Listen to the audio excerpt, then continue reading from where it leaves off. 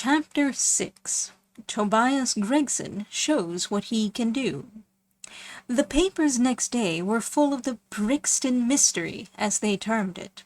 Each had a long account of the affair, and some had leaders upon it in addition.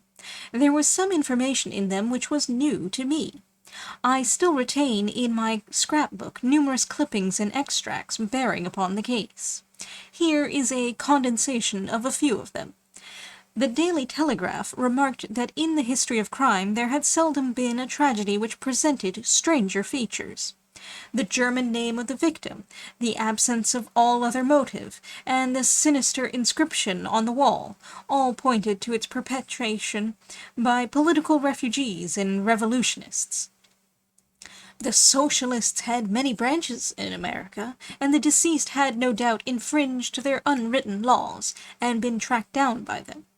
After alluding airily to the Vemgericht, Aqua Tofana, Carbonari, the Marchioness de Brinvilliers, the Darwinian theory, the principles of Malthus, and the Ratcliffe highway murders, the article concluded by admonishing the government and advocating a closer watch over foreigners in England.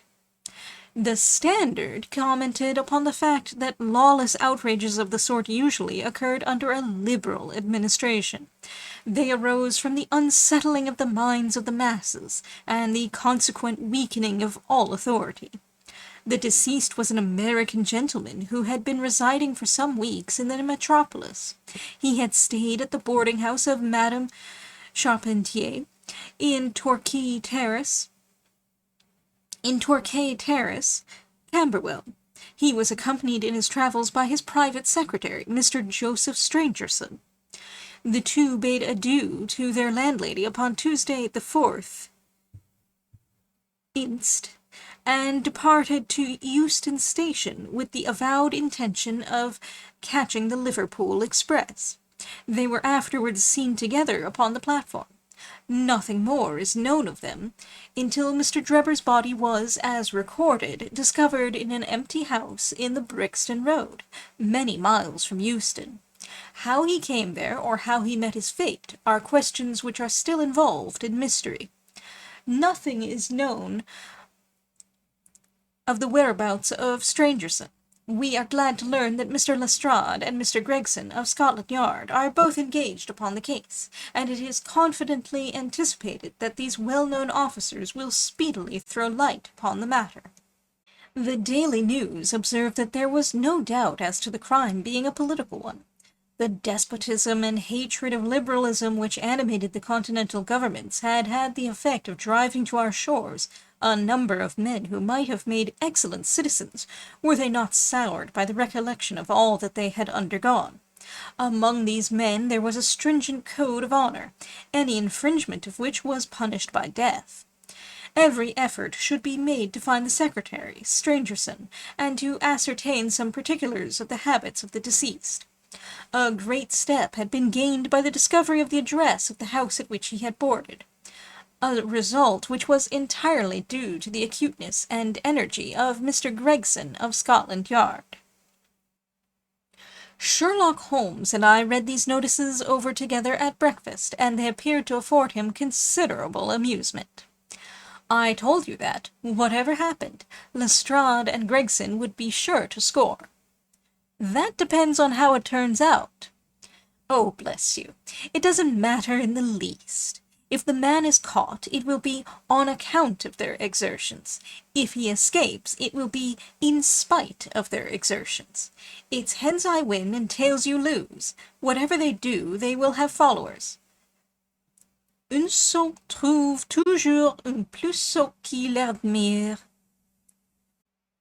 What on earth is this? I cried, for at this moment there came the pattering of many steps in the hall and on the stairs, accompanied by audible expressions of disgust upon the part of our landlady. It's the Baker Street division of the detective police force, said my companion gravely, and as he spoke there rushed into the room half a dozen of the dirtiest and most ragged street urchins that I ever clapped eyes on. "Attention!" cried Holmes in a sharp tone, and the 6 dirty little scoundrels stood in a line like so many disreputable statuettes. In future you shall send up Wiggins alone to report, and the rest of you must wait in the street. Have you found it, Wiggins?" "No, sir, we ain't," said one of the youths. "I hardly expected you would. You must keep on until you do. Here are your wages." He handed each of them a shilling. "Now off you go, and come back with a better report next time." He waved his hand, and they scampered away downstairs like so many rats, and we heard their shrill voices next moment in the street. "There's more work to be got out of one of those little beggars than out of a dozen of the force," Holmes remarked. "The mere sight of an official-looking person seals men's lips. These youngsters, however, go everywhere and hear everything. They're as sharp as needles, too. All they want is organization." "Is it on this Brixton case that you are employing them?" I asked. "Yes, there is a point which I wish to ascertain. It is merely a matter of time. Hullo! We are going to hear some news now with a vengeance. Here is Gregson coming down the road with beatitude written upon every feature of his face. Bound for us, I know. Yes, he is stopping. There he is." There was a violent peal at the bell, and in a few seconds the fair-haired detective came up the stairs, 3 steps at a time, and burst into our sitting-room. "My dear fellow," he cried, wringing Holmes's unresponsive hand, "congratulate me. I have made the whole thing as clear as day." A shade of anxiety seemed to me to cross my companion's expressive face. "Do you mean that you are on the right track?" he asked. "The right track? Why, sir, we have the man under lock and key." "And his name is?" "Arthur Charpentier, sub-lieutenant in Her Majesty's Navy," cried Gregson, pompously, rubbing his fat hands and inflating his chest. Sherlock Holmes gave a sigh of relief and relaxed into a smile. "Take a seat and try one of these cigars," he said. "We are anxious to know how you managed it. Will you have some whiskey and water?" "I don't mind if I do," the detective answered. "The tremendous exertions which I have gone through during the last day or 2 have worn me out. Not so much bodily exertion, you understand, as the strain upon the mind. You will appreciate that, Mr. Sherlock Holmes, for we are both brain workers." "You do me too much honor," said Holmes gravely. "Let us hear how you arrived at this most gratifying result." The detective seated himself in the armchair and puffed complacently at his cigar. Then suddenly he clapped his thigh in a paroxysm of amusement. "The fun of it is," he cried, "that fool Lestrade, who thinks himself so smart, has gone off upon the wrong track altogether. He is after the Secretary Strangerson, who had no more to do with the crime than the babe unborn. I have no doubt that he has caught him by this time." The idea tickled Gregson so much that he laughed until he choked. "And how did you get your clue?" "Ah, I'll tell you all about it. Of course, Dr. Watson, this is strictly between ourselves. The first difficulty which we had to contend with was the finding of this American's antecedents. Some people would have waited until their advertisements were answered, or until parties came forward and volunteered information. That is not Tobias Gregson's way of going to work." "You remember the hat beside the dead man?" "Yes," said Holmes, "by John Underwood and Sons, 129 Camberwell Road." Gregson looked quite crestfallen. "I had no idea that you noticed that," he said. "Have you been there?" "No." "Ha!" cried Gregson in a relieved voice. "You should never neglect a chance, however small it may seem." "To a great mind, nothing is little," remarked Holmes sententiously. "Well, I went to Underwood and asked him if he had sold a hat of that size and description. He looked over his books and came on it at once. He had sent the hat to a Mr. Drebber, residing at Charpentier's boarding establishment, Torquay Terrace. Thus I got at his address. Smart, very smart, murmured Sherlock Holmes. I next called upon Madame Charpentier, continued the detective. I found her very pale and distressed. Her daughter was in the room, too. An uncommonly fine girl she is, too. She was looking red about the eyes, and her lips trembled as I spoke to her. That didn't escape my notice. I began to smell a rat. You know the feeling, Mr. Sherlock Holmes, when you come upon the right scent, a kind of thrill in your nerves. Have you heard of the mysterious death of your late boarder, Mr. Enoch J. Drebber of Cleveland? I asked. The mother nodded. She didn't seem able to get out a word. The daughter burst into tears. I felt more than ever that these people knew something of the matter. At what o'clock did Mr. Drebber leave your house for the train? I asked. At 8 o'clock, she said, gulping in her throat to keep down her agitation. His secretary, Mr. Strangerson, said that there were 2 trains, one at 9:15 and one at 11. He was to catch the first. And was that the last which you saw of him? A terrible change came over the woman's face as I asked the question. Her features turned perfectly livid. It was some seconds before she could get out the single word yes, and when it did come, it was in a husky, unnatural tone. There was silence for a moment, and then the daughter spoke in a calm, clear voice. No good can ever come of falsehood, mother, she said. Let us be frank with this gentleman. We did see Mr. Drebber again. God forgive you, cried Madame Charpentier, throwing up her hands and sinking back in her chair. You have murdered your brother. Arthur would rather that we spoke the truth, the girl answered firmly. You had best tell me all about it now, I said. Half-confidences are worse than none. Besides, you do not know how much we know of it. On your head be it, Alice, cried her mother, and then turning to me, I will tell you all, sir. Do not imagine that my agitation on behalf of my son arises from any fear lest he should have had a hand in this terrible affair. He is utterly innocent of it. My dread is, however, that in your eyes and in the eyes of others he may appear to be compromised. That, however, is surely impossible. His high character, his profession, his antecedents would all forbid it. Your best way is to make a clean breast of the facts, I answered. Depend upon it, if your son is innocent, he will be none the worse. Perhaps, Alice, you had better leave us together, she said, and her daughter withdrew. Now, sir, she continued, I had no intention of telling you all this, but since my poor daughter has disclosed it, I have no alternative. Having once decided to speak, I will tell you all without omitting any particular. It is your wisest course, said I. Mr. Drebber has been with us nearly 3 weeks. He and his secretary, Mr. Strangerson, had been travelling on the continent. I noticed a Copenhagen label upon each of their trucks, showing that had been their last stopping-place. Strangerson was a quiet, reserved man, but his employer, I am sorry to say, was far otherwise. He was coarse in his habits and brutish in his ways. The very night of his arrival he became very much the worse for drink, and indeed, after 12 o'clock in the day, he could hardly ever be said to be sober. His manners towards the maidservants were disgustingly free and familiar. Worst of all, he speedily assumed the same attitude towards my daughter, Alice, and spoke to her more than once in a way which, fortunately, she is too innocent to understand.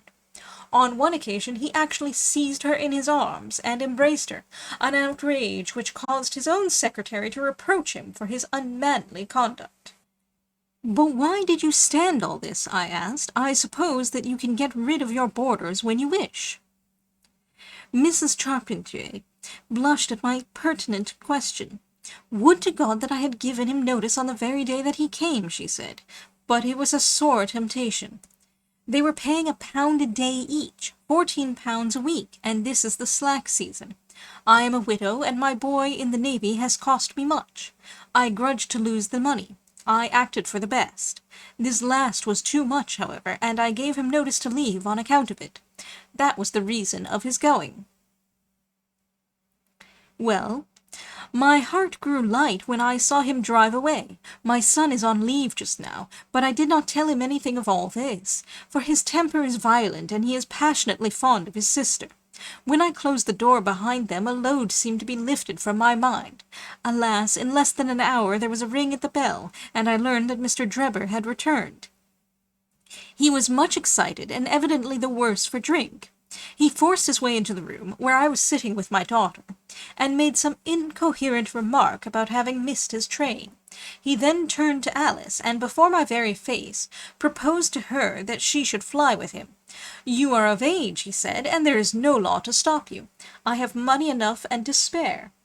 Never mind the old girl here, but come along with me now, straight away. You shall live like a princess."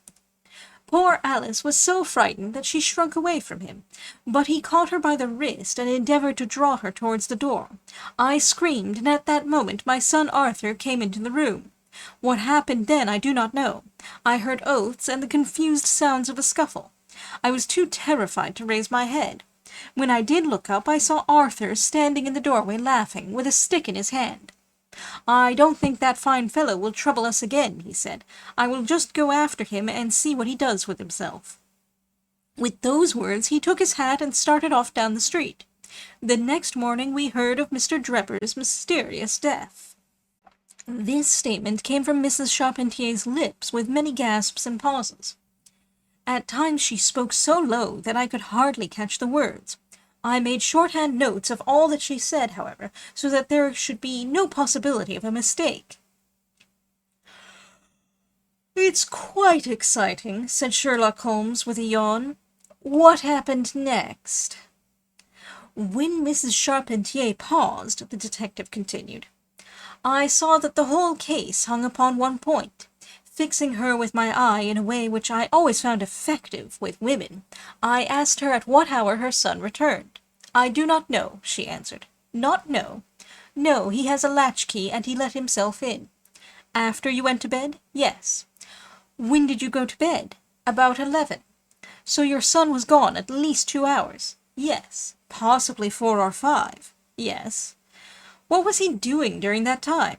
"I do not know," she answered, turning white to her very lips. Of course, after that, there was nothing more to be done. I found out where Lieutenant Charpentier was, took 2 officers with me, and arrested him. When I touched him on the shoulder and warned him to come quietly with us, he answered us as bold as brass. "I suppose you are arresting me for being concerned in the death of that scoundrel Drebber," he said. We had said nothing to him about it, so that his alluding to it had a most suspicious aspect. "Very," said Holmes. "He still carried the heavy stick which the mother described him as having with him when he found Drebber. It was a stout oak cudgel." "What is your theory, then?" "Well, my theory is that he followed Drebber as far as the Brixton Road. When there, a fresh altercation arose between them, in the course of which Drebber received a blow from the stick, in the pit of the stomach, perhaps, which killed him without leaving any mark. The night was so wet that no one was about, so Charpentier dragged the body of his victim into the empty house. As to the candle and the blood, and the writing on the wall, and the ring, they may all be so many tricks to throw the police on to the wrong scent." "Well done," said Holmes in an encouraging voice. "Really, Gregson, you are getting along. We shall make something of you yet." "I flatter myself that I have managed it rather neatly," the detective answered proudly. The young man volunteered a statement in which he said that after following Drebber some time, the latter perceived him and took a cab in order to get away from him. On his way home he met an old shipmate and took a long walk with him. On being asked where this old shipmate lived, he was unable to give any satisfactory reply. I think the whole case fits together uncommonly well. What amuses me is to think of Lestrade, who had started off upon the wrong scent. I am afraid he won't make much of it. Why, by Jove, here's the very man himself." It was indeed Lestrade, who had ascended the stairs while we were talking, and who now entered the room. The assurance and jauntiness which generally marked his demeanour and dress were, however, wanting.